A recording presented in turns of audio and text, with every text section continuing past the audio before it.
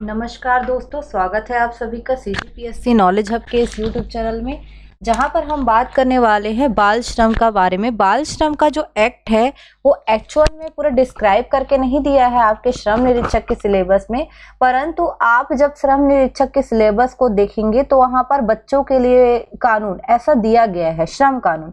तो वहां पे बच्चों के लिए जो श्रम कानून है, तो चूंकि हमारे यहाँ भारत में बाल श्रम निषेध है, तो बाल श्रम से रिलेटेड क्वेश्चन जो है आ सकते हैं। चीजों को हम लोग पढ़ते हुए चलेंगे। इस एक्ट में जो प्रावधान है उसके अतिरिक्त भी मैं बहुत सारी चीजें बता दूंगी जो आपको पेपर में पूछे जा सकते हैं, और चूंकि 15 नंबर के इसमें आने हैं, उसमें ऐसा मान के चलिए कि 99% चांस है इसमें से जरूर क्वेश्चन उठाएगा। ओके, चलो सबसे पहले बात करती हूं मैं बाल श्रम के बारे में कि बाल श्रम होता क्या है। जब आप छत्तीसगढ़ का देखेंगे, छत्तीसगढ़ द्वारा जो अपने विभागीय वेबसाइट में जब डाला गया है, उसके अनुसार मैं थोड़ा सा आपको इंट्रोडक्शन दे दूं। ऐसा बालक या बालिका जिसने 14 वर्ष पूर्ण नहीं किया हो, द्वारा पैसा अथवा वस्तु के बदले किसी नियोजक को अपना श्रम दे रहा हो, बाल श्रमिक कहलाता है। यानी कि बाल श्रमिक की परिभाषा मिल गई आपको कि 14 वर्ष से क्या होगा, वो कम होगा। दूसरा, वस्तु या पैसा के बदले जो श्रम देगा। दूसरा पॉइंट बताता है कि बाल श्रमिक प्रतिषेध और विनियमन अधिनियम जो 1986 में आया था, वो 14 वर्ष से कम आयु के बालकों के नियोजन पर प्रतिबंध लगाता है। यानी हमारा जो कानून है जो हम पढ़ने वाले हैं वो किस पर प्रतिबंध लगाएगा? उन्हीं 14 वर्ष से कम आयु के बच्चों पर, यानी कि अल्टीमेटली बाल श्रमिकों पर क्या लगाएगा? प्रतिबंध लगाएगा। अब देखिए, इस अधिनियम के अंतर्गत अब मूल अधिनियम से अब तक जितने संशोधन हो चुके हैं उस तक की बात कर रहा है कि भारत सरकार 65 प्रकार की प्रक्रियाओं और 18 उपजीविकाओं पर बाल श्रमिकों के नियोजन का वर्जन करता है। उसके बाद बताया है कि कारखाना अधिनियम 1948, मोटर यातायात श्रमिक अधिनियम 1961, बीड़ी सिगार कामगार नियोजन की शर्तें अधिनियम 1966 और छत्तीसगढ़ दुकान स्थापना अधिनियम 1958 के अंतर्गत भी बाल श्रमिकों का नियोजन पूर्णतः निषेध है। और भारत की संसद और श्रम एवं रोजगार जो मंत्रालय है, उसने 23 दिसंबर 1986 को ये जो कानून है वो अधिनियमित किया है बाल श्रम पर प्रतिबंध का। तो जो मैं 5 पॉइंट बताई हूं ना, ये समझ लीजिए आपके 5 इंपॉर्टेंट क्या है क्वेश्चन है, क्योंकि इसमें से जरूर पूछा जा सकता है कितने वर्ष पर प्रतिबंध है ना, और कितने को जो है भारत सरकार ने कितने प्रक्रियाओं में या कितने उपजीविकाओं में बाल श्रमिकों को प्रतिबंध किया गया है, कौन कौन से में बाल श्रमिक पूर्णतः प्रतिबंध है, भारत सरकार ने बाल श्रमिक के लिए जो है कानून कब लाया। इस प्रकार से अलग अलग तरीके से क्वेश्चन पूछे जा सकते हैं, इसलिए मैंने थोड़ा सा इंट्रो दे दिया है। चलिए हम सीधा एक्ट पे चलते हैं। जो हमारा एक्ट है बाल श्रम निषेध और विनियमन अधिनियम 1986, चूंकि अब इसमें चेंजेस आ चुके हैं। बाल एवं सुकुमार श्रम आता है, अब पूरा लिखाता है जो चेंज होके, लेकिन जो मूल बाल श्रम निषेध अधिनियम है उसको हम थोड़ा सा देख लेते हैं, जो 1986 में आया था। और इससे आपको क्वेश्चन बनने की कई संभावनाएं हैं, खास करके परिभाषाएं और प्रावधानों से रिलेटेड। जैसे आप किसी भी अधिनियम को पढ़ते हैं, इससे पहले जब भी मैंने अधिनियम पढ़ाया है आपको, यूट्यूब में बोलो या क्लासेस में, आपको हमेशा बताया है कि शुरुआत की 2 आपको धाराएं एकदम इजीली ध्यान आ जाएगी। क्या है वो?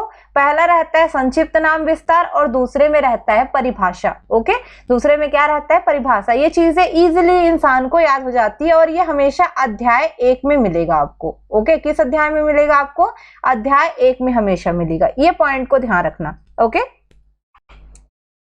चलिए तो पहला हम अध्याय 1 में पहली धारा पढ़ते हैं, जो है संक्षिप्त नाम विस्तार और प्रारंभ। ओके, तो इसको पढ़ते हैं। पहला पॉइंट इसका आता है कि अधिनियम को किस नाम से जाना जाएगा? बाल श्रम निषेध और विनियमन अधिनियम 1986। इसका विस्तार कहाँ होगा? संपूर्ण भारत, यानी कि आपका पहले जम्मू कश्मीर वगैरह में ऐसा लागू होगा नहीं होगा वाला टेंशन आपसे मुक्त हो गया। ओके, थर्ड पॉइंट क्या बोलता है? इस अधिनियम के भाग 3 के अलावा, इस अधिनियम में जो भाग 3 है उसके अलावा अन्य प्रावधान एक बार में लागू होंगे, और भाग 3 ऐसी तारीख 1 को लागू होगा जिसमें केंद्र सरकार क्या करेगी? अधिसूचना द्वारा सूचित करेगी। अब ये चूंकि अलग अलग राज्यों में अलग अलग तरीके से बाल श्रम को अपनाया जाता है, अब उसके अधिनियम को, इस वजह से वो अपने अपने अनुसार उन लोग देखेंगे करके इसको भाग 3 को रखा गया था। भाग 3 को बहुत लास्ट में जाके लागू किया। तो इस अधिनियम का जो बाल श्रम निषेध और विनियमन अधिनियम है, ये पूरा 23 दिसंबर 1986 को लागू हो चुका था, केवल भाग 3 को छोड़कर। और भाग 3 याद रखिएगा 26 मई 1993 को लागू हुआ। 26 मई 1993 को क्या हुआ? भाग 3 लागू हुआ है। ओके, चलिए अब आपका अध्याय 1 में दूसरा जो धारा है हमारा वो है परिभाषाओं से रिलेटेड, जिसमें अलग अलग चीजों की परिभाषाएं बताई गई है जहां से डायरेक्ट क्वेश्चन आ सकता है। इसमें 2 का 1, 2, 3 इस तरीके से आप याद कर लेना, और उसके साथ साथ जो परिभाषाएं है वो डायरेक्ट पूछ सकता है समुचित सरकार का अर्थ क्या है, बालक का क्या अर्थ है, परिवार का क्या अर्थ है, इस तरीके से। तो दोनों तरीके से क्वेश्चन के लिए आप प्रिपेयर रहिए। पहला है समुचित सरकार। समुचित सरकार क्या होगा ये बोला गया है, तो केंद्र सरकार, पहली चीज क्या, केंद्र सरकार या रेलवे का प्रशासन या प्रमुख बंदरगाह या खान या तेल क्षेत्र, केंद्र सरकार और अन्य सभी मामलों में राज्य सरकार के नियंत्रण में एक प्रतिष्ठान के संबंध में, यानी कि समुचित सरकार क्या होगा, केंद्र सरकार होगा या रेलवे प्रशासन या बंदरगाह या खान या तेल क्षेत्र का जिसके अंतर्गत अधिकार होगा वो सरकार होगा, या राज्य सरकार के नियंत्रण में अगर कोई प्रतिष्ठान है वो सबको समुचित सरकार कहा जाएगा। धारा जो 2 है उसका दूसरा पॉइंट बालक का परिभाषा दिया है। बालक मतलब कौन सा होगा, कौन होगा, जो अपनी आयु का 14वां वर्ष पूर्ण नहीं किया हो। ये डायरेक्ट क्वेश्चन में कूट में ऐसे ही बना के देगा। दिन का मतलब क्या होगा, मध्य रात्रि से शुरू होकर जो 24 घंटे की अवधि होगी वो दिन होगा। जैसे देखिए 12 AM कब होता है, आधा रात को, मध्य रात को शुरू होता है ना, फिर अब पूरा 24 घंटे पूर्ण करता है, इसलिए दिन का अर्थ वैसे लिया गया है। प्रतिष्ठान धारा 2 के 4 में दिया गया है। ये 1, 2, 3, 4 को भी ध्यान देते चलिएगा, मैं डायरेक्ट पढ़ाते जा रही हूँ आपको, जो आपको क्लियर हो जाएगा। ओके, प्रतिष्ठान से क्या आशय है, ऐसा पूछा तो एक दुकान हो सकता है, वाणिज्यिक प्रतिष्ठान हो सकता है, कार्यशाला हो सकता है, खेत, आवासीय होटल, रेस्टोरेंट, खाने का घर, थिएटर या सार्वजनिक मनोरंजन के स्थान इसमें क्या हो सकते हैं, शामिल हो सकते हैं। ओके, जो आपका यहाँ पे दिया है ये थोड़ा सा ऊपर नीचे हो गया है, इसको सेट कर लेंगे। ओके, ये जैसे ये 4th है ना, ये 5th हो जाएगा। परिवार मतलब क्या होगा, ऐसा बोला है। परिवार क्या होगा, परिवार में जो अधिभोगी है ना, यानी कि जो आपका श्रमिक है ऐसा समझ लीजिए, उसमें ऐसे व्यक्ति का या तो व्यक्ति खुद या तो पत्नी या पति या जैसा भी मामला हो, या उनके बच्चे, ऐसे व्यक्ति के भाई बहन के अर्थ में। सीधी सीधी बात है, जो अधिभोगी है, अधिभोगी मतलब एक प्रकार से जो भी व्यक्ति है उससे संबंधित अगर कोई व्यक्ति है, कोई या उस अधिभोगी का पति पत्नी है ना, या कोई भी मामला है या कोई भी बच्चे हैं उससे रिलेटेड लिया गया है, और इनमें बच्चों में ऐसे हो सकते हैं जो बाल श्रमिक हो, तो परिवार में उसको भी ले सकता है। यानी कि बाल श्रमिक से रिलेटेड, उनके परिवार से रिलेटेड बातें कही गई है कि जो अधिभोगी है उसका बच्चा भी बाल श्रमिक हो सकता है, इस तरीके से बताया गया है। अधिभोगी क्या होगा, जो प्रतिष्ठान या कार्यशाला के संबंध में लिया जाएगा, उस व्यक्ति का अर्थ है जिसका प्रतिष्ठान या कार्यशाला के मामलों में अंतिम नियंत्रण है। जैसे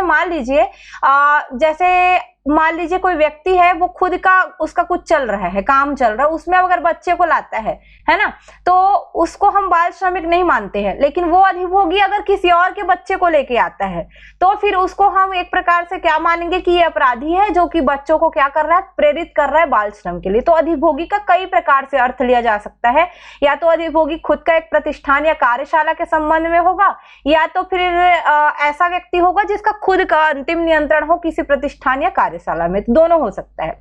ओके, पत्तन प्राधिकरण क्या होगा, बंदरगाह में जो प्रशासन करने वाला प्राधिकरण होगा। विहित मतलब, विहित तो किसी भी वर्ड में सब में रहता है, जो भी नियम कानून के द्वारा निर्धारित व्यक्ति रहते हैं उसके संबंध में हम विहित शब्द का प्रयोग करते हैं, इसलिए वो कभी नहीं पूछा जाएगा। इसमें जो मेन क्वेश्चन बनता है वो समुचित सरकार है, आई लिख देती हूँ, बालक है ना, दिन क्या है, प्रतिष्ठान क्या है, अधिभोगी क्या है, ये जो है आपका इंपॉर्टेंट क्वेश्चन बन सकते हैं। सप्ताह मतलब 7 दिन की अवधि, जो शनिवार की रात को आधी रात से शुरू हो या अन्य किसी रात से विशेष क्षेत्र के लिए जो है शुरू किया जाए, तो इसका कुछ खास मतलब नहीं। कार्यशाला इंपॉर्टेंट है, कार्यशाला का क्या अर्थ है बाल श्रम के संदर्भ में, ऐसा क्वेश्चन उठा सकता है। तो कार्यशाला मतलब होता है कोई भी परिसर, जो कि परिसर के अलावा अन्य क्षेत्र भी उसके आसपास को शामिल होगा, जिसमें कोई औद्योगिक प्रक्रिया चल रही है, ये ध्यान रखिएगा। और ये ऐसे परिसर शामिल नहीं होंगे जो कारखाना अधिनियम 1948 की धारा 67 के प्रावधान में है, जिसमें ऐसा एक चीज याद रख लीजिएगा, कार्यशाला में क्या होता है ना, ऐसे सभी परिसर को शामिल कर लिया जाता है जहां पे कोई औद्योगिक प्रक्रिया चल रही होती है, पर उन परिसरों को, जैसे रेस्टोरेंट हो गया, होटल हो गया, है ना, इन लोगों को शामिल नहीं किया जाता। जहां पे इलेक्ट्रॉनिक कुछ तरीके से कुछ काम कर रहे होते हैं ना, वो सबको कार्यशाला में नहीं शामिल किया जाता। वर्कशॉप समझते हो ना, कार्यशाला, तो वर्कशॉप में ना केवल औद्योगिक प्रक्रिया चलने वाले को शामिल किया जाता है, उसके अलावा बाकी चीजों को शामिल नहीं किया जाता। लेकिन ये चीजें कारखाना अधिनियम में ज्यादा अच्छे तरीके से बताई गई है, है, तो कारखाना अधिनियम जब देखोगे ना तो वहां पे और क्लियर हो जाएगा। पर मैं एक एग्जांपल के तौर पे बता देती हूँ, होटल, रेस्टोरेंट या फिर जहां पे इलेक्ट्रॉनिक गतिविधि हो रही होती है उसको शामिल नहीं करता है। ओके, चलिए धारा 3 पे आते हैं। यहां से शुरू हो जाता है अध्याय आपका 2। ओके, क्या शुरू हो जाता है आपका? अध्याय 2 शुरू हो जाता है 3 से 5 तक। कुछ व्यवसायों और प्रक्रियाओं में बच्चों के नियोजन का निषेध करता है। ये किस धारा में बताया गया है? धारा 3 में। ओके, कोई और इसके साथ साथ याद रखना अनुसूची के भाग 1 में भी बताया गया है और उसके अलावा अनुसूची के भाग बी में भी बताया गया है। भाग ए और भाग बी दोनों में भी बताया गया है। तो जैसे व्यवसाय और प्रक्रियाएं, तो मैंने वहां पे ऊपर में बताया था जैसे ना 65 प्रकार के जो है आपका दिया गया है व्यवसाय ऐसे करके, तो उसी चीज को जैसे कि कुछ व्यवसाय और प्रक्रियाओं में बच्चे को पूर्णतः निषेध है कि आप वहां पे बच्चों को शामिल नहीं कर सकते। तो इसमें क्वेश्चन कैसे पूछेगा कि बाल श्रमिक जो कि कुछ व्यवसाय और प्रक्रियाओं में नियोजन हेतु निषिद्ध किए गए हैं, ये बाल श्रम अधिनियम 1986 की से कैसे पता चलता है? तो पहला धारा 3, दूसरा अनुसूची भाग ए, तीसरा अनुसूची भाग बी, इस तरीके से अगर दिया हो तो आप आंसर क्या लगाओगे? तो याद रखना धारा 3 में भी है और अनुसूची का भाग ए और बी तीनों में दिया हुआ है। ठीक है, तो पढ़ लेते हैं। तो कुछ बच्चे जो है अनुसूची के जो भाग ए में जो वो व्यवसाय हैं और साथ ही कार्यशाला में जो इनको कार्य करने की अनुमति भी नहीं दी जाएगी, और आपका भाग बी में जैसे कोई आपका प्रक्रिया है उनके कार्यशाला में भी काम करने की अनुमति नहीं दी जाएगी। मतलब जो जो चीजें अनुसूची के भाग ए में हैं वो सारे व्यवसाय की कार्यशाला में, और जो जो चीजें अनुसूची के भाग बी में हैं वो सारी प्रक्रियाओं की कार्यशाला में कोई भी बच्चे को नियोजन नहीं किया जा सकता है ना, ध्यान रखना। परंतु अगर अधिभोगी का खुद का कुछ है ना, मान लो उसका क्या चल रहा है, उसका खुद का खेत है जैसे, या पारिवारिक सहायता से जो चल रही प्रक्रिया है, या कुछ व्यवसाय है जैसे, या तो मान लो स्कूल है, स्कूल में जैसे बच्चों से कोई काम करवाया जाता है जो उनके नैतिक विकास के लिए जरूरी है, वहां पर बच्चे के साथ कोई भी प्रक्रिया की जा सकती है, कोई भी प्रक्रिया में बच्चा भाग ले सकता है। तो जो कि केवल और केवल इस धारा 3 के अंतर्गत और जो अनुसूचियों के अंतर्गत बताया गया है उनके कार्यशाला को छोड़कर अगर बच्चे को आपको नियोजित करना है तो जो पारिवारिक रूप से चलता है वहां पर बच्चा को आप बैठा सकते हो, शामिल कर सकते हो, या तो स्कूल में जैसे कभी कभी घास उखड़वा दिया जाता है, कभी कुछ काम करवा दिया जाता है, तो उसको बाल श्रम नहीं माना जाएगा, ऐसा बोला जा रहा है। ओके, चलिए धारा 4 में आते हैं।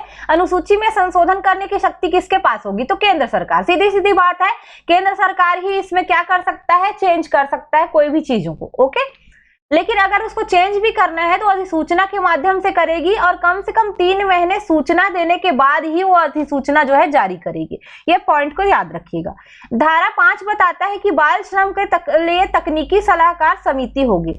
इसका पहला पॉइंट बोलता है कि केंद्र सरकार जो है अपने राजपत्र के माध्यम से जो अधिसूचना जारी करता है वो बाल श्रम तकनीकी सलाहकार समिति, ओके, ये कहलाने के लिए एक सलाहकार समिति का गठन करेगी। मतलब बाल श्रम तकनीकी सलाहकार समिति का गठन कौन करेगी? सीधा सीधा इंपॉर्टेंट क्वेश्चन है ये, आपका केंद्र सरकार करेगी। और केंद्र सरकार को ये समिति क्या करेगा? चूंकि ये सलाहकार समिति है तो केंद्र सरकार को क्या करेगा? वो सलाह देगा। अब इस बाल श्रम तकनीकी सलाहकार समिति में कौन कौन हो सकते हैं, ये भी क्वेश्चन बन सकता है। तो पहले जान लीजिए, इसमें एक अध्यक्ष होगा और 10 से अनधिक अन्य सदस्य होंगे, मतलब 1+10। ओके, 1+10 क्या होंगे? इसकी संरचना होगी जो कि केंद्र सरकार ही क्या करेगा? नियुक्त करेगा। बैठक अपनी आवश्यकता अनुसार कर सकते हैं लोग, अगर और जो भी प्रक्रियाएं रहेंगी है ना उनके द्वारा की जाने वाली, वो सारी चीजों को उन लोग अपने तरीके से हैंडल कर लेंगे। तो उनका कार्य क्या होगा? जो भी वो आवश्यक समझती है वैसा वो काम करेगा। और साथ ही अगर केंद्र सरकार समय समय पर कोई सलाह मांगती है तो वो काम भी वो करेगी। बैठक भी अपने आवश्यकता अनुसार वो कर सकती है, पर नियुक्ति केंद्र सरकार करेगा और 1+10 संरचना होगा। ये दोनों इंपॉर्टेंट क्वेश्चन बन सकते हैं, बार बार बोल रही हूं। ओके, आप उसको पॉइंट को नोट करके रखिएगा। अगर ये समिति चाहे तो अपने सहायता के लिए अन्य प्रकार के उप समितियों को गठन कर सकती है ना, और किसी भी सदस्य को ये जो है नियुक्त कर सकती है कि वो समिति का सदस्य बने करके। पर आपको ध्यान क्या रखना है कि उप समिति से क्वेश्चन नहीं आएगा, मेन क्वेश्चन आएगा समिति से ही, तकनीकी सलाहकार समिति से ही। ठीक है, इसके जो कार्यालय की अवधि है और जो भी तौर तरीका है वो सब केंद्र सरकार डिसाइड कर देगा, कोई दिक्कत नहीं है उसमें। चलिए धारा 6 पे आते हैं, भाग का आवेदन। इस भाग के ये यहाँ से अध्याय आपका 3 शुरू हो जाता है। ओके, चलिए इस भाग के प्रावधान किसी ऐसे प्रतिष्ठान या प्रतिष्ठानों के वर्ग पर लागू होंगे जिसमें धारा 3 में उल्लिखित कोई भी पेशा या प्रक्रिया नहीं की जा सकती। मतलब जो इस भाग का आवेदन है जो 6 में है, धारा 6 में जो है, इसमें वही प्रतिष्ठान लागू होंगे जो कि धारा 3 के अंतर्गत कोई पेशा या प्रक्रिया जिसका उल्लेख किया गया है वो नहीं करता। केवल वही लोग क्या करेंगे, इसमें आवेदन करेंगे। मतलब सीधी सीधी बात है, जैसे खतरनाक चीजें हैं वहां पे वो काम नहीं करता, तभी उनके लिए रहेगा, कोई खास नहीं है वो। घंटे की अवधि, ये मोस्ट इंपॉर्टेंट आर्टिकल है अगर ध्यान रखोगे तो। 7वें नंबर पे आते हैं धारा, है ना, यहाँ पे सेक्शन जो है आपका 7, घंटे और काम की अवधि जो क्या है वो बताता है। ये डायरेक्ट क्वेश्चन कूट में बन सकता है, जैसे क्या, कोई भी प्रतिष्ठान है वो कितने घंटे का काम लेगा बच्चे से और कितने घंटे का नहीं, यही बताएगा। तो देखते हैं क्या क्या है, ये सारे कूट में आएंगे, इसलिए मैं एज इट इज जैसा लिखी हूं ना वैसे ही याद समझना और याद करना। कोई भी बच्चे को किसी भी प्रतिष्ठान में इतने घंटे से अधिक काम करने की आवश्यकता नहीं होगी, अनुमति नहीं दी जाएगी, जैसा कि इस तरह की स्थापना प्रतिष्ठानों की श्रेणी के लिए निर्धारित किया गया है। मतलब जो कि प्रतिष्ठान अगर निर्धारित करते हैं कि हमारे यहाँ 5 से 10 बजे तक काम किया जाएगा, तो ऐसा नहीं है कि 5 से 10 अगर टाइमिंग है तो उससे ज्यादा ये किसी बच्चे से काम ले, है ना। अब इसमें क्या आता है, और प्रत्येक दिन काम की जो अवधि है इस प्रकार निर्धारित की जाएगी कि कोई भी अवधि 3 घंटे से अधिक ना हो, किसी बच्चे के लिए बात कर रहे हैं ये, और कोई भी बच्चा कम से कम 1 घंटे के आराम के अंतराल से पहले 3 घंटे से अधिक काम नहीं करेगा। मतलब वो 1 घंटा आराम करेगा, फिर वो 3 घंटा काम कर सकता है।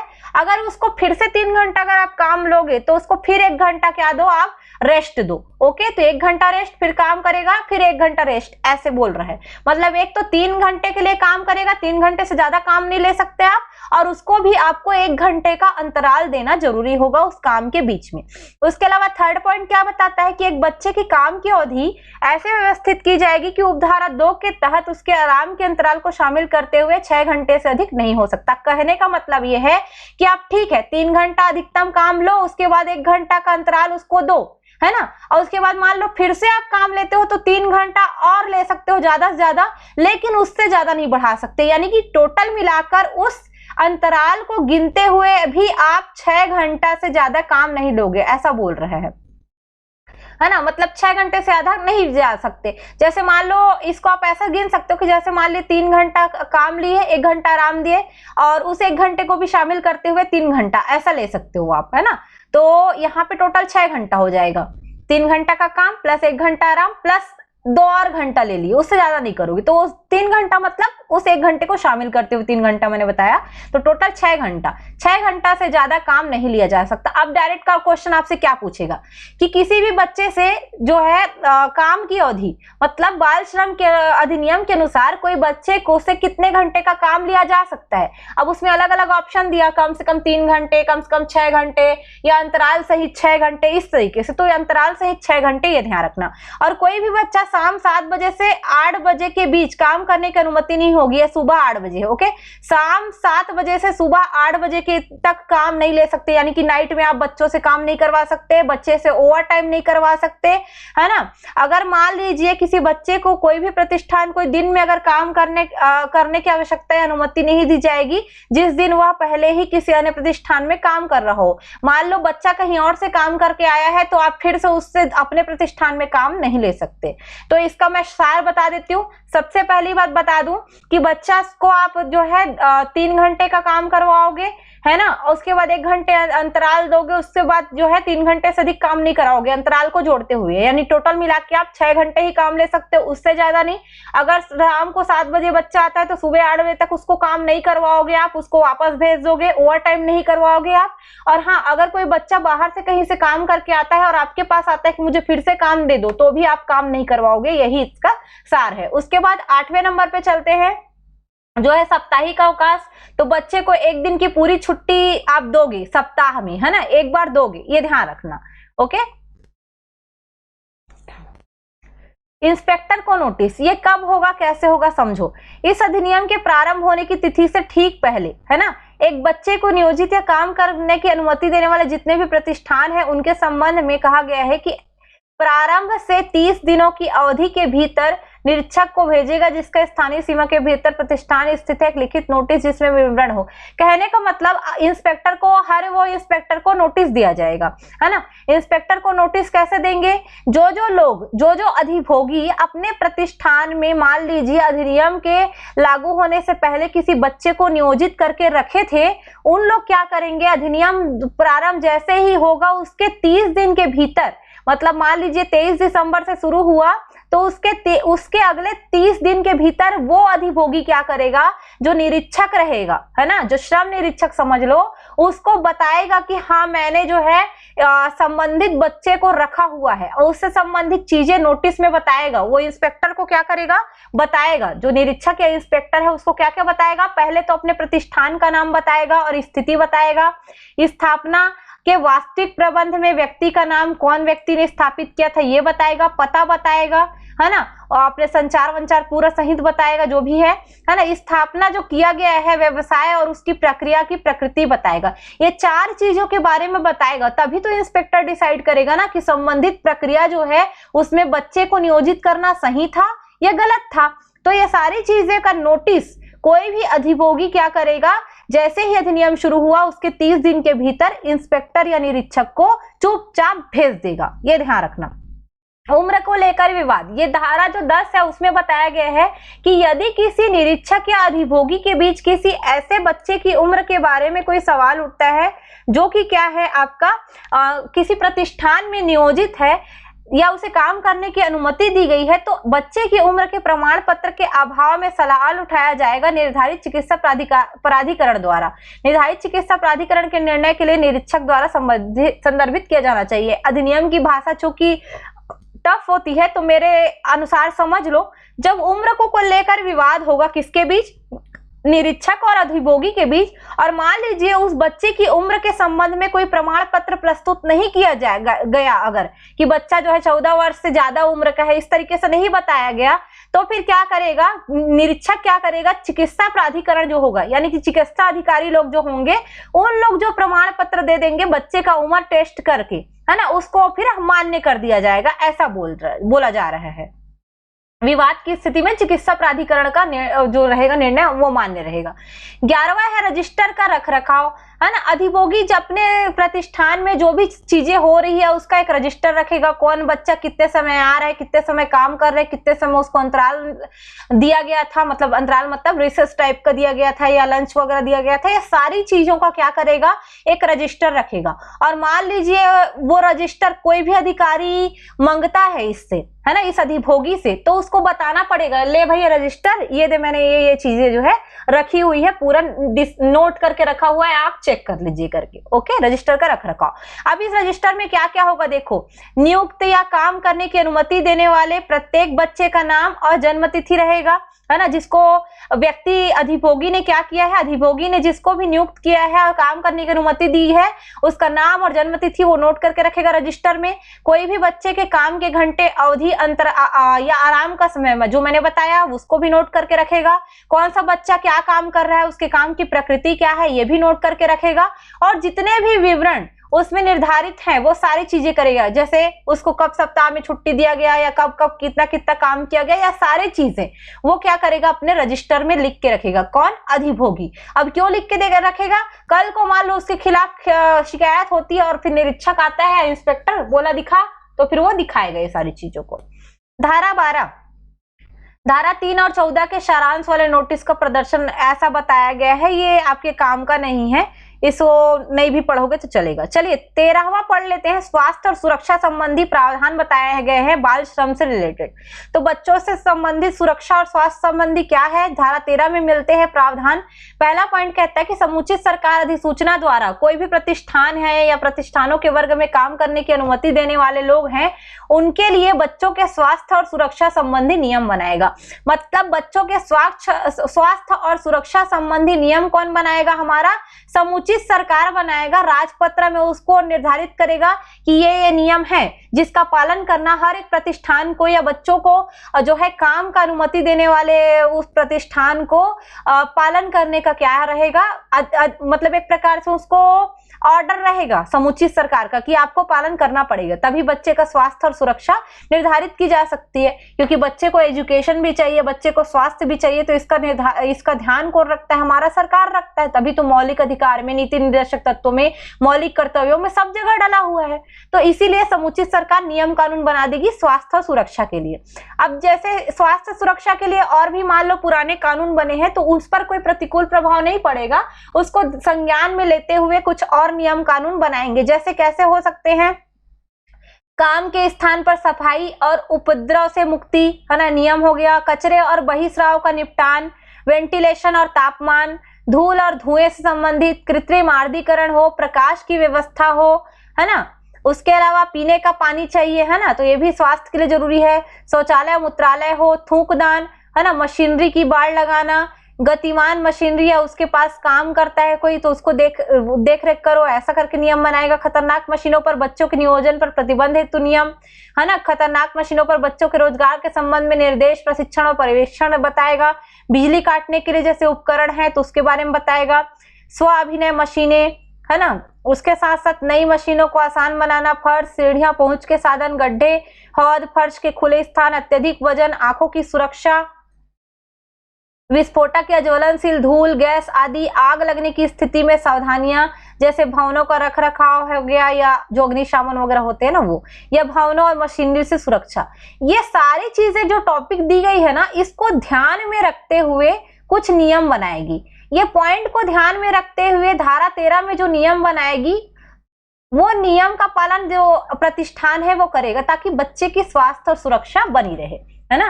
कि बच्चे के लिए शौचालय चाहिए, बच्चे के लिए पीने की व्यवस्था हो, प्रकाश की व्यवस्था हो, अधिक वजन ढोने के लिए बच्चे को मजबूर ना किया जाए। ऐसे सारे नियम का पालन कौन करेंगे, प्रतिष्ठान करेंगे। और मान लो नियम का पालन नहीं किए तो क्या होगा, प्रतिष्ठानों को कोई अधिभोगी को दंड मिलेगा। तो अध्याय आपका ये वहां तक कंप्लीट होता है, ये नेक्स्ट वाला शुरू होता है उसके बाद, ओके, जो कि आपका 4 में आएगा, अध्याय 4, जो आपको प्रकीर्ण बोलते हो ना, प्रकीर्ण या मिसलेनियस, है ना, उसमें डाल दिया जाता है, जिसमें 14 नंबर में पहला वाला धारा, अध्याय 4 का पहला धारा है धारा 14, जिसमें दंड बताया गया है कि अगर उल्लंघन होगा तो क्या होगा। मान लीजिए कोई बच्चे को नियोजित करता है या धारा 3 में जो प्रावधान या प्रक्रिया बताए हैं उसका उल्लंघन करता है ना, और ये उल्लंघन करते हुए किसी बच्चे को जबरदस्ती काम में नियोजित कर दिया, अनुमति कर दिया, तो क्या होगा, ऐसा पूछा गया है। तो कोई भी अगर बच्चे को नियोजित करता है या धारा 3 के प्रावधानों का उल्लंघन करके बच्चे को काम देता है, वो पक्का कारावास के लिए जो है दंडनीय होगा, जो कि 3 माह से कम नहीं हो सकता। मतलब न्यूनतम 3 माह का कारावास होगा, मिनिमम कितना, 3 माह का कारावास हो सकता है, जो कि और बढ़ सकता है 1 साल तक, है ना, और बढ़ा सकते हैं हम। या जुर्माना जो नहीं होगा 10,000 रुपए से कम हो, लेकिन जो 20,000 रुपए तक हो सकता है, दोनों साथ। इसका ये लिखने का तरीका चूंकि इंग्लिश से हिंदी में ट्रांसलेट हुआ रहता है कोई भी अधिनियम, तो थोड़ा इसको अजीब लगे। दंड में क्या बताया गया है, मान लो कोई धारा 3 के प्रावधानों का उल्लंघन किया और जबरदस्ती बच्चे से काम करवाया, वो 3 माह से 1 वर्ष तक के लिए, है ना, सजा का भोगी होगा, या तो उसको जुर्माना लगाया जाएगा जो कि 10,000 से 20,000 तक हो सकता है ना। 10,000 से कम हो, जो नहीं होगा 10,000 से कम, मतलब 10,000 जो है ये मिनिमम रहेगा, है ना, और जो 20,000 अधिकतम हो सकता है मैक्सिमम, या दोनों सजा एक साथ भी दी जा सकती है। तो ऐसा बोला गया है 3 माह से 1 साल की सजा हो, या तो 10,000 से 20,000 का जुर्माना हो, या तो दोनों हो, यही बताया गया है, ओके। और मान लो कोई व्यक्ति जो धारा 3 के तहत पहले भी एक बार दोषी ठहराया गया है और फिर से वो ऐसा काम करता है कि रिपीट करता है अपने अपराध को, मतलब फिर से बच्चा को लेके आ गया और काम करवा रहा है, तो फिर उसको 6 माह से कम का सजा नहीं होगा, और ये 2 साल तक बढ़ सकता है। मतलब 6 साल से 2 साल का सजा हम देंगे, है ना, ये ध्यान रख लेना। अगर मान लो रजिस्टर मांगने पर नहीं देता है या गलत जानकारी देता है तो भी उसको सजा होगा, है ना। उसके लिए भी फिर उसको दंड दे दिया जाएगा, जो कि 1 महीने का हो सकता है, या तो फिर जुर्माना लगा दिया जाएगा 10,000 रुपए का। ओके, 10,000 रुपए का क्या दे देंगे, जुर्माना लगा देंगे। मतलब दंड कैसे कैसे है। पहला चीज, अगर आप धारा 3 का उल्लंघन करते हुए बच्चे को बुलाए तो 3 माह से 1 वर्ष तक की सजा होगा, या 10,000 रुपए से 20,000 तक जुर्माना होगा, या दोनों होगा। मान लो आप ये चीज को रिपीट करते हो इसी अपराध को, तो 6 माह तक की सजा हो सकती है, तो या तो अधिकतम वो 2 साल तक की सजा हो सकती है, तो 6 माह से 2 वर्ष की सजा हो सकती है। मान लीजिए आपसे कोई रजिस्टर मांगा, कोई निरीक्षक या इंस्पेक्टर, आपने रजिस्टर नहीं दिया या रजिस्टर में कुछ गलत प्रविष्टि करके दिया, तो पहले तो आपको नोटिस दिया जाएगा, और अगर आप नोटिस का जवाब नहीं देते हो तो डायरेक्ट आपको दंड दे दिया जाएगा, जो कि 6 महीने का, जो कि आपका 1 महीने का होगा, और 10,000 रुपए तक का क्या हो सकता है, जुर्माना। थोड़ा सा एक जैसे हो जा रहा है, इसलिए आपस में ध्यान रखना। अगर वो रजिस्टर नहीं देता तो 1 माह की सजा है, 1 माह तक बढ़ सकता है, और ये जो सजा है 10,000 रुपए रहेगा, न्यूनतम 1 माह और 10,000 रुपए, ऐसा है।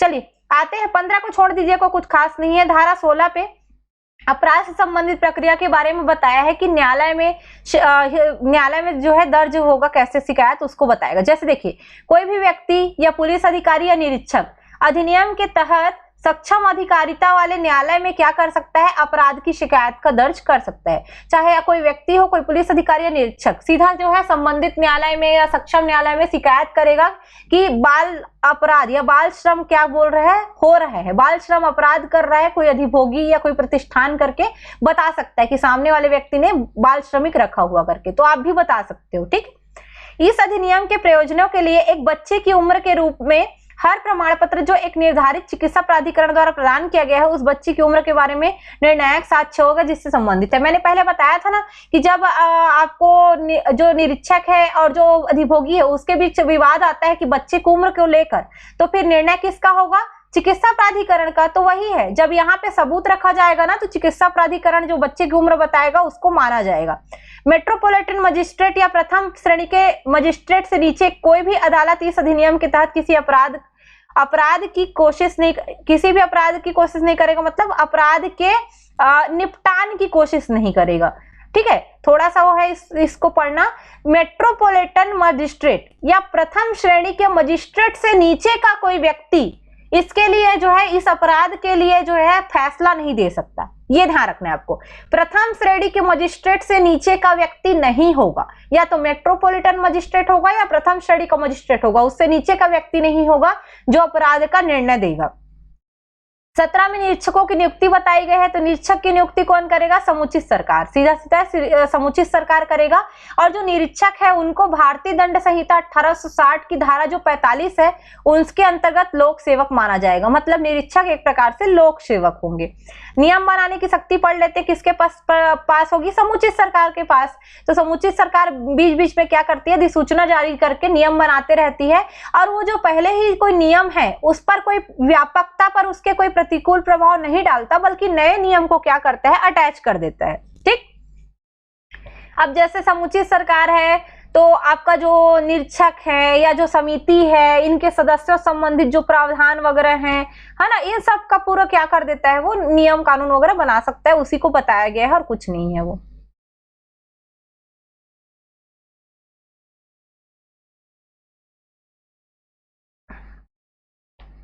उसके साथ साथ जैसे बताया गया है कि घंटों की संख्या के संबंध में नियम बना सकता है ना। जो चिकित्सा प्राधिकरण है वो अगर शुल्क लेते हैं बच्चे की उम्र का जब परखने के लिए, जांचने के लिए, तो उसके लिए नियम बना सकता है ना। जो प्रमाण पत्र देगा किस प्रारूप में देगा उसके लिए नियम बना सकता है समुचित सरकार। रजिस्टर में क्या क्या शामिल होना चाहिए उसके लिए नियम बना सकता है, वही बात को बताई गई है। यानी कि धारा 18 में समुचित सरकार अधिसूचना द्वारा नियम बनाएगी, और ये सलाहकारी समिति है उसके संबंध में भी नियम बनाएगी। साथ ही साथ जैसे बच्चे की काम करने की अवधि है, या फिर जो भी सदस्यों का नियम, मतलब आपको नियुक्ति करना है, उनको हटाना है, उससे संबंधित है। चिकित्सा प्राधिकरण जो काम करेगा उसके लिए शुल्क लेगा कि नहीं लेगा, उससे संबंधित जो बात है, या फिर जो रजिस्टर में क्या शामिल होगा क्या शामिल नहीं होगा, इससे संबंधित बात है। सबका नियम कानून कौन बनाएगी, समुचित सरकार, जैसा उसको ठीक लगेगा। अब नियम और कानून जो है संसद और विधानमंडल के बीच रखा जाएगा। तो धारा 19 में बताता है कि अगर धारा 4 के अंतर्गत कोई अधिसूचना जारी की जाती है ना, तो या कोई नियम बनता है तो क्या होता है, उसको आपको जल्द से जल्द संसद के समक्ष रखा जाएगा, है ना। ये जो कि एक सत्र में भी रख सकते हो या दो से अधिक क्रमिक सत्र होते हैं ना, जैसे अचानक सत्र समाप्त होने वाला है, फिर तो थोड़ा देर गैप आ जाता है, सत्रावसान टाइप का, फिर सत्र शुरू होता है, तो क्या करते हैं कि एक सत्र में या तो दो से एक अधिक क्रमिक सत्र जो होते हैं ना, तुरंत उसमें डाला जा सकता है संसद के। या तो अगर मान लीजिए राज्य सरकार नियम कानून को बनाती है तो फिर उसको राज्य विधानमंडल में रखा जाएगा, पर रखना जरूरी होता है ना। उसके बाद कानून के कुछ अन्य प्रावधान वर्जित नहीं है। धारा 20 क्या बताता है कि कुछ जो प्रावधान है उसको अल्पीकरण नहीं करेगा, जैसे कि आपका कारखाना अधिनियम हो गया, वृक्षारोपण अधिनियम हो गया, तो जो हमारा कानून रहेगा वो अन्य कानून को वर्जित नहीं करेगा, अन्य कानून का अल्पीकरण नहीं करेगा, ये धारा 20 बोलता है। कठिनाइयों को दूर करने की शक्ति है, धारा 21 बताता है कि कठिनाइयों को दूर करने के लिए अगर कोई बाधा आती है तो केंद्र सरकार उसके लिए प्रयास करेगी, क्योंकि ये संसद द्वारा बनाया गया कानून है और जो भी वो प्रयास करेगी उसको संसद के समक्ष रखवाएगी, ताकि संसद जो है उस पर क्या कर सके, चर्चा कर सके, यही चीज को बताया गया है।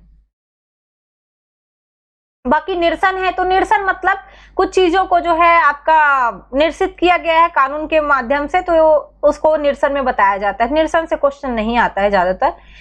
जो चीजें हैं मैं बता दूं आपको, धारा 3 के अंतर्गत जो कुछ खतरनाक क्षेत्र है जो बाल श्रमिकों के नियोजन पर प्रतिबंध लगाते हैं, उनको थोड़ा सा देख लीजिए, क्योंकि इससे क्वेश्चन बन सकता है। जैसे बीड़ी बनाना या तंबाकू प्रसंस्करण है, गलीचे बुनना है, सीमेंट कारखाना या सीमेंट बनाने से संबंधित है, थैले में भरने संबंधित है, कपड़ा बुनाई छपाई रंगाई संबंधित है, माचिस पटाखा या बारूद बनाने से संबंधित है, अफरक या माइका तोड़ने से संबंधित है, चमड़ा या लाख बनाने संबंधित है, साबुन बनाने संबंधित है, या चमड़े की पिटाई रंगाई सिलाई संबंधित है, ऊन की सफाई संबंधित है, या मकान सड़क या वाहन आदि से संबंधित है, स्लेट पेंसिल या बनाने या पैक करने संबंधित हो, या गुमेद की वस्तुएं बनाना हो, ऐसे जगह पे बाल श्रम नियोजित करना पूर्णतः प्रतिबंधित है। और भी है जैसे मोटर गाड़ी वर्कशॉप गैरेज से संबंधित हो, ईंट भट्टा या खपरेल से संबंधित हो, है ना, अगरबत्ती बनाना, ऑटोमोबाइल मरम्मत, जूट कपड़ा, है ना, कांच का सामान, जलाऊ कोयला या कोयला ईंट का निर्माण, कृषि प्रक्रिया में ट्रैक्टर या मशीन का उपयोग करने पर, या कोई भी काम जैसे सीसा पारा मैग्नीज क्रोमियम यानी कि आपका खतरनाक धातु या अगरबत्ती वैक्सीन कीटनाशक दवाई एबेस्टर जैसी जहरीली पदार्थों का निर्माण करती है, वहां पे भी इनका नियोजन करना पूर्णतः प्रतिबंधित है। तो डायरेक्ट क्वेश्चन जैसे मान लीजिए पूछ दिया कि निम्नलिखित में से किस जगह पर बाल श्रम का प्रतिबंध होगा, तो आपको वो चीजें बताना जरूरी हो जाता है। उसके साथ साथ एक निर्णय आया था 10 अक्टूबर 2006, यहाँ से बच्चों को जो घरेलू नौकर और ढाबों में कार्य करने के लिए भी ना प्रतिबंध कर दिया गया है, ध्यान रख लेना। सरकार ने निर्णय लिया, जैसे घरेलू नौकर हो गया, ढाबा होटल, यहाँ चाय की दुकान जो रहती है या पिकनिक के स्थान जहां पर आपका घरेलू बच्चों से काम लिया जाता है ना, उनको इसी अधिनियम के तहत जो बाल श्रम प्रतिषेध विनियमन अधिनियम के 1986 के तहत ही क्या किया गया, एक नियम बनाकर 10 अक्टूबर 2006 से लागू करके क्या कर दिया गया, वो रोक लगा दी गई है उन पर भी, है ना। अब जैसे गैर खतरनाक क्षेत्र है, वहां पे मान लो बाल श्रमिक आप काम कर सकते हैं, ऐसा कहा गया है, तो क्या नियम पालन करके उनसे काम लिया जा सकता है, तो अधिनियम को ध्यान में रखकर ही नियम बनाए गए हैं। जैसे 6 घंटे से अधिक काम नहीं होगा अंतराल सहित, एक साथ 3 घंटे से ज्यादा काम नहीं लिया जाएगा, है ना, बीच में उसको अंतराल 1 घंटे का देना जरूरी है, रात के 7 बजे से सुबह 8 बजे तक का काम नहीं लिया जाएगा, तो ये अधिनियम से ही मिल जाता है ना आपको ये सारे पॉइंट। सप्ताह में कम से कम उसको 1 दिन छुट्टी दिया जाएगा। तो गैर खतरनाक क्षेत्र में अगर बाल श्रमिक कार्य कर रहे हैं तो ये सारी चीजों का पालन किया जाना अनिवार्य है, जो कि बाल श्रम के जो अधिनियम है, प्रतिषेध अधिनियम, उससे ही निकल के सामने आता है। उसके साथ साथ अब जो है और भी प्रयास किए जाने चाहिए। जैसे क्या क्या प्रयास है, जनता के बीच जागरूकता बढ़ाया जाए, है ना, मांग करना चाहिए कि सरकार विश्व व्यापार संगठन जैसे अंतर्राष्ट्रीय जो संगठन या निकाय है वहां पर बाल श्रम की उन्मूलन से संबंधित कार्यवाही का मुद्दा उठाए। विश्व व्यापार संगठन के ढांचे के अंतर्गत जैसे कोई करार है, कोई संधि है, उसको लागू करने के लिए बात किया जाए, है ना। या सरकार जो है सरकार से हमको मांग करना चाहिए कि सरकार ऐसी नीति अपनाए जिसमें कि बाल श्रमिकों से संबंधित चीजें ना करवाए, ऐसा नियम कानून बनाए, और बच्चों की शिक्षा स्वास्थ्य के लिए सरकार ज्यादा से ज्यादा कदम उठाए। जो परिवार गरीब हैं, है ना, जिससे जो कि बाल श्रम करवाने पे मजबूर हो जाते हैं अपने बच्चों को, तो उन परिवारों का हेल्प किया जाए ताकि वो बच्चे की शिक्षा पे ध्यान दें। उनके खाने पीने के लिए व्यवस्था करने के लिए जो है सरकार को क्या करना चाहिए, प्रयास करना चाहिए, क्योंकि बच्चे को जो है गरीबी ही क्या करता है, बाल श्रम की ओर ढकेलता है। तो आप वो सब चीज के लिए काम करोगे ना तो कोई भी बच्चा बाल श्रमिक तो नहीं बनेगा। तो ये सारे काम है ना, ये चीजों को ध्यान में रखना पड़ेगा आपको। तो बाल श्रम से रिलेटेड जो मेन पॉइंट हो सकती थी वो मैंने थोड़ा थोड़ा डिस्क्राइब कर दिया है। पूरा अधिनियम को जब तक आप 2 बार 3 बार नहीं पढ़ोगे तब तक नहीं समझ में आएगा। अधिनियम की भाषा बहुत ही टफ होती है, बहुत परेशान करने वाली होती है, उसको एक एक चीज को तोड़ के पढ़ना जरूरी होता है। तो आप थोड़ा सा देख के चलिएगा और अच्छे से करिएगा उसके